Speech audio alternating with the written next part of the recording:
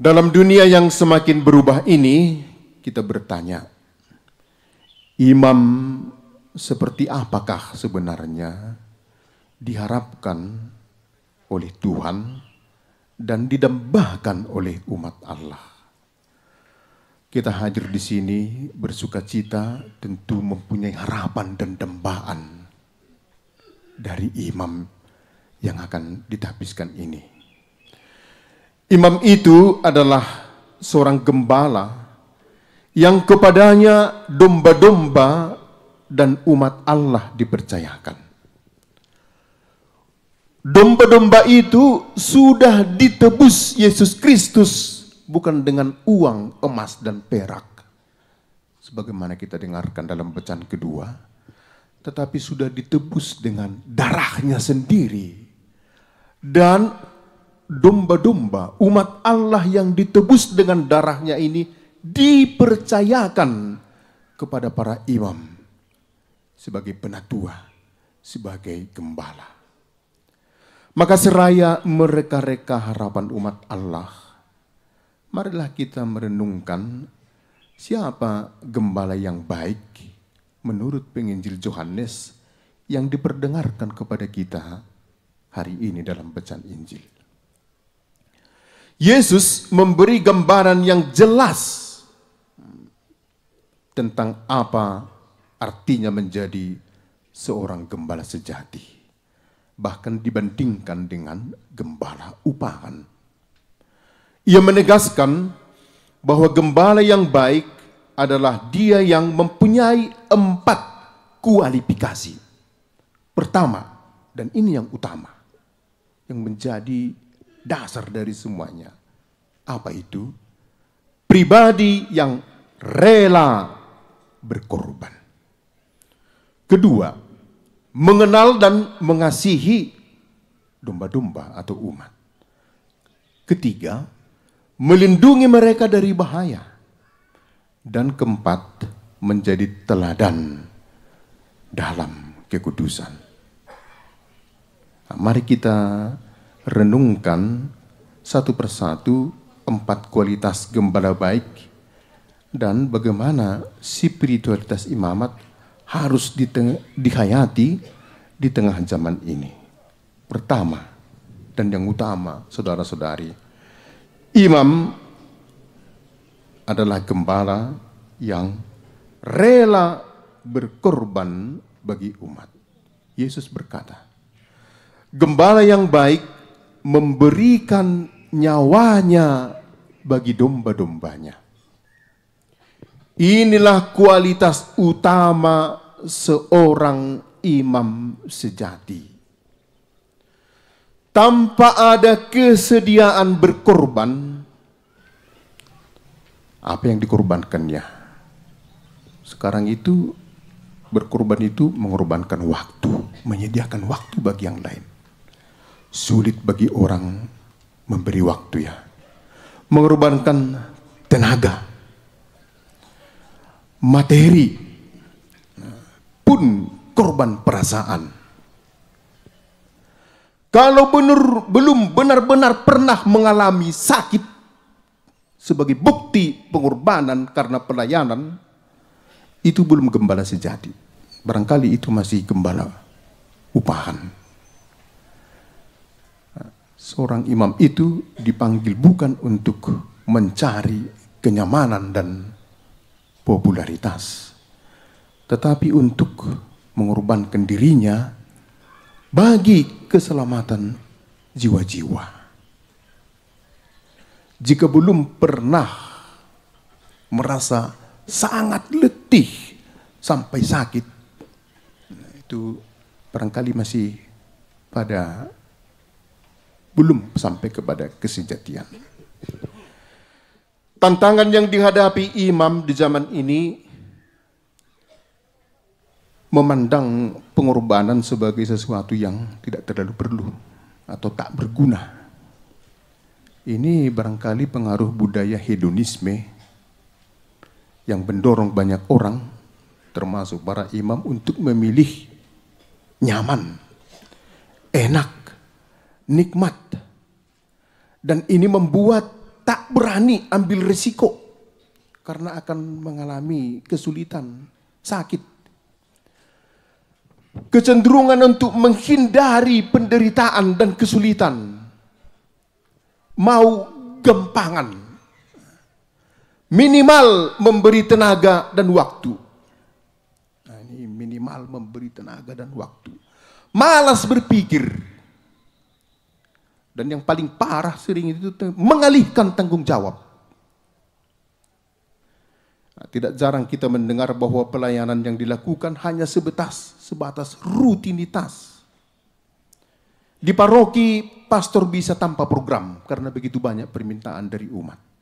Karena itulah perlu di keuskupan ini, di keuskupan manapun, fokus pastoral.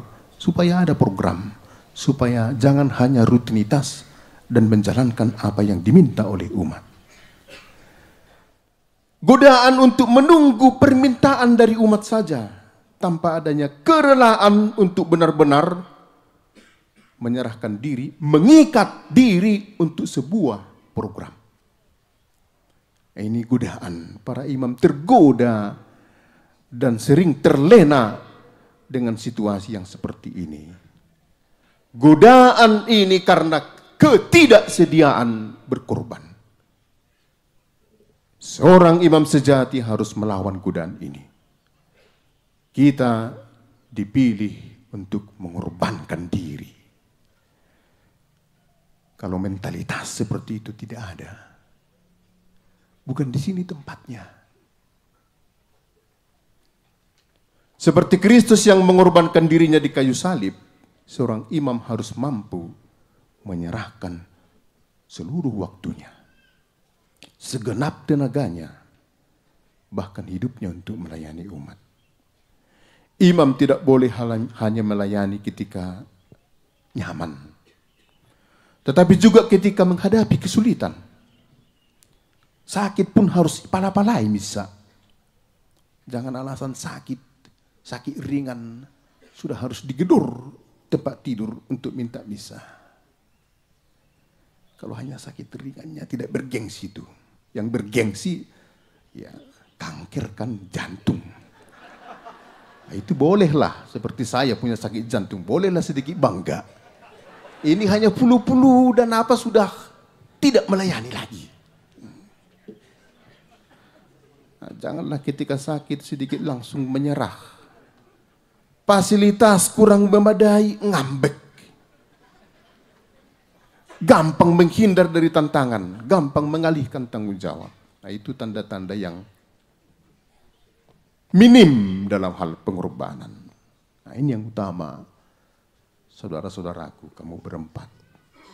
Kita mengorbankan diri. Paus Fransiskus mengingatkan kita dengan kata-kata ini.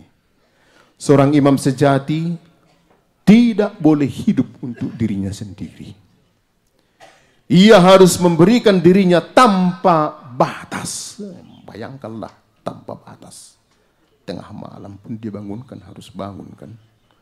Padahal baru pulang dari stasi misalnya, ada perminyakan, bangun.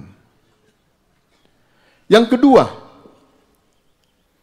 selain berkorban, yang kedua, imam yang mengenal dan mengasihi umatnya. Kenal, maka sayang. Yesus berkata, "Akulah gembala yang baik, dan aku mengenal domba-dombaku. Dan domba-dombaku mengenal aku." Umat tidak hanya membutuhkan imam yang pintar berbicara, memiliki gelar akademik, punya jabatan di keuskupan banyak, tetapi menginginkan seorang imam yang benar-benar mengenal mereka yang dekat dengan umat. Tetapi kedekatan, dekat pun kalau hanya dekat fisik, tidak pas kan, dekat fisik tetapi main HP. Tetapi yang mendengarkan dengan hati. Imam yang mempunyai telinga terbuka dan hati yang terbuka. Saya dulu sering dicap kurang mendengar. Setelah rajin saya makan telinga babi,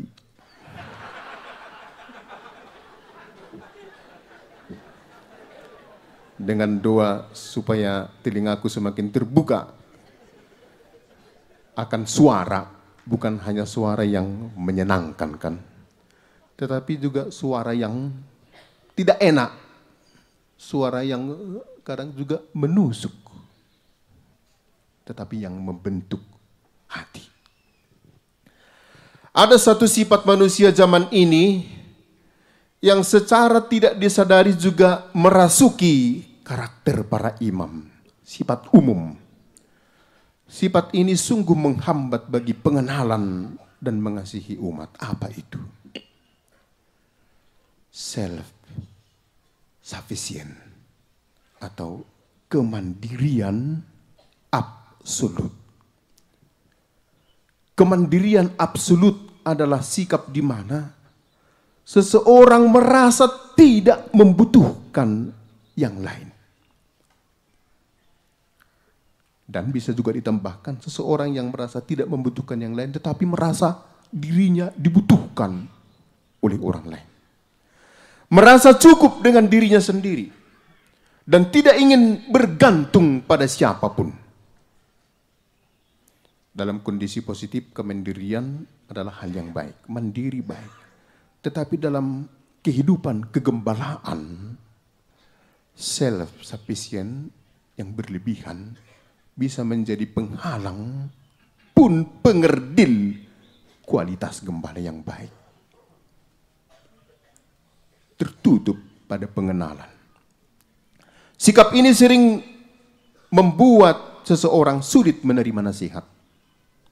Tak terdoa, tak mau berbagi beban hidup, enggan bekerja sama, dan lebih memilih menjalani hidup secara individualistik. Dalam komunitas, baik dalam kehidupan gereja, keluarga maupun masyarakat, sikap ini bertentangan dengan semangat kasih dan kebersamaan yang diajarkan oleh Kristus. Sementara seorang imam adalah man for all.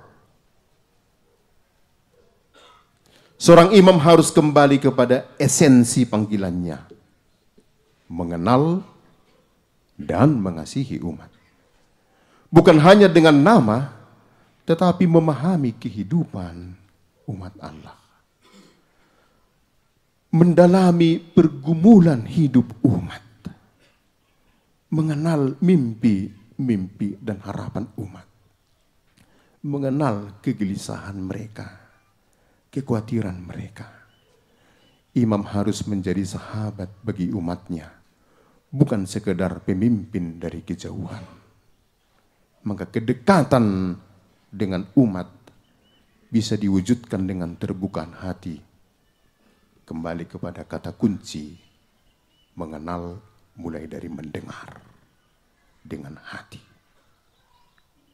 Bermuara ke berempati, mengerti, kenali umatmu, cari informasi tentang umat itu, tentang keluarga itu.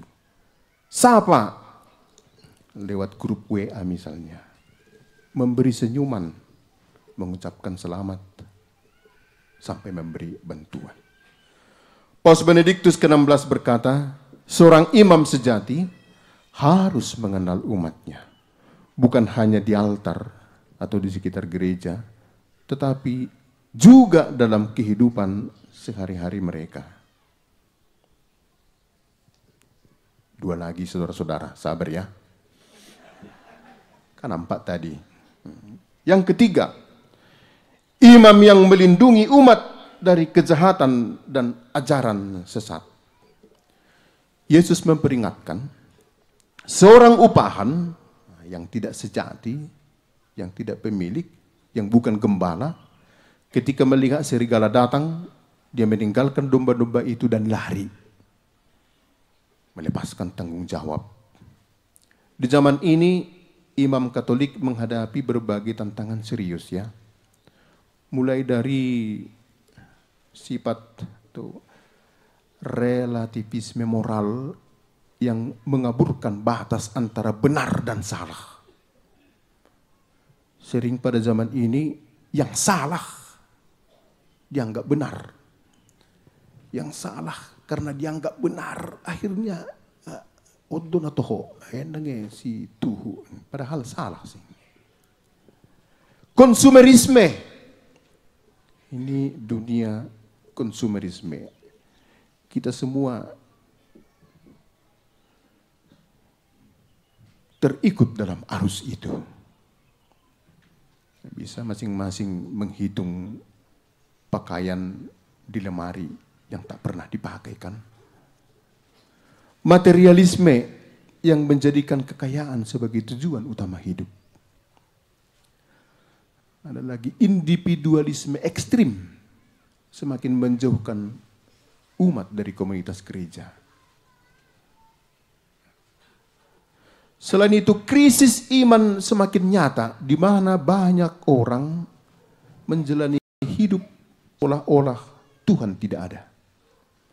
Nampaknya bergereja bertuhan, tetapi hidup seolah-olah Tuhan tidak ada. Kalau dia punya keyakinan bahwa Tuhan ada, dia tidak akan berbuat dosa, tidak akan mencuri, tidak akan korupsi. Semua ini perlahan-lahan mengikis keyakinan umat dan menjauhkan mereka dari ajaran sejati Kristus. Di tengah tantangan seperti ini, imam dipanggil untuk menjadi benteng kebenaran. Berani menyuarakan Injil meskipun bertentangan dengan arus dunia. Mereka harus menuntun umat dengan kasih dan keberanian. Karena yang dituntun ini adalah mereka yang ikut dalam arus dunia konsumerisme, individualisme, dan materialisme. Hidup di tengah-tengah umat seperti itu sangat sulit. Tetapi imam harus berani menjadi benteng kebenaran. Seperti yang dikatakan Paus Fransiskus, dunia ini membutuhkan imam atau gembala yang berani. Yang tidak takut membela kebenaran meskipun tidak populer. Sementara semua orang ingin populer. Macam-macam cara orang ingin populer kan. Dengan penampilan lah. Tidak tahu saya, rambut yang dibiarkan panjang itu entah bagian dari ingin populer. Semoga para imam tetap setia pada panggilan mereka. Menjaga kemurnian iman. Mari kita ketawa. Mereka yang panjang rambutnya, Bapak Ibu Saudara-saudari, karena sibuk melayani umat, tidak sempat berpangkas. Nah, itulah dia. Dunia membutuhkan imam-imam yang berani melawan kejahatan, menegakkan kebenaran, bahkan ketika itu tidak populer. Yang terakhir, sabarlah, seperempat waktu lagi. Imam yang menjadi teladan hidup kudus. Yesus berkata, hendaklah kamu kudus seperti aku kudus. Ini surat Rasul Petrus yang pertama. Sebagai pengudus, istilah bahasa Latinnya munus vicandi. Imam dipanggil untuk hidup dalam kekudusan. Panggilan pertama, hidup dalam kekudusan agar bisa menguduskan. Maka imam harus memiliki hidup rohani yang mendalam. Setia dalam dua pribadi dan liturgi. Juga dua bersama. Serta menjadikan Ekaristi sebagai pusat hidup. Ia harus menjaga pertama kesucian hati. Dari kesucian hati meluap terekspresi lewat penampilan yang bersih, suci, perkataan yang murni, suci. menghindari godaan duniawi, dan memiliki keterbukaan terhadap bimbingan rohani, bimbingan roh, agar bagaimana? Agar terus bertumbuh dalam panggilan imamat. Rupanya kita ini perlu bertumbuh. Kalau tidak bertumbuh akan menjadi kerdil. Kalau tidak ditumbuh kembangkan akan menjadi kerdil. Maka perlu dekat dengan Allah.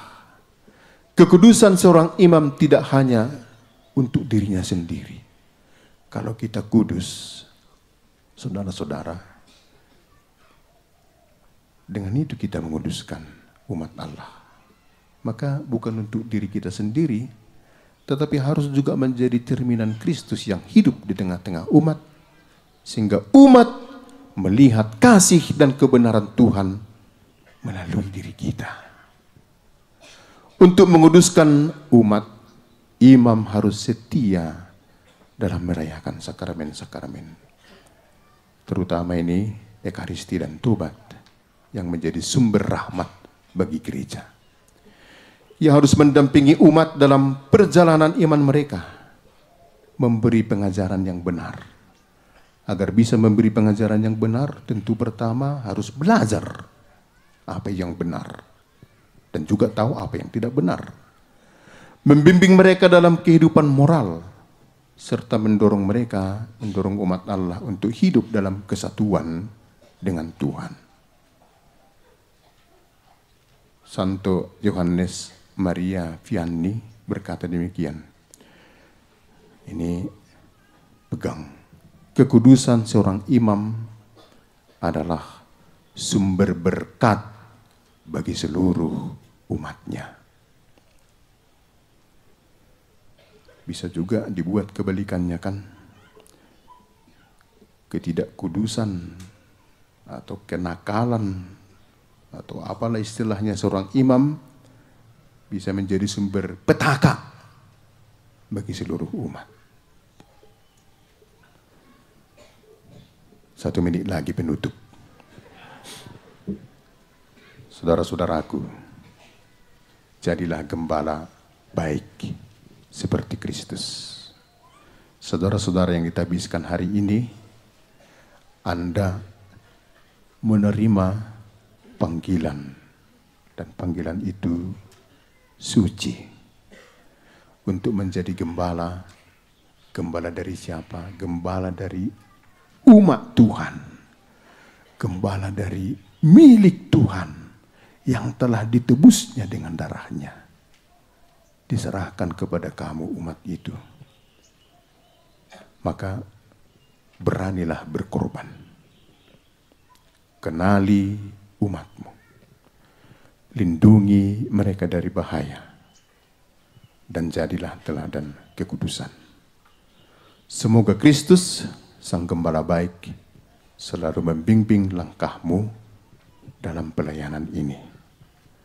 Umat Allah yang terkasih, mari berdoa bagi kami yang di depan ini. Para imam juga berdoa bagi saya, berdoa bagi 4 diakon ini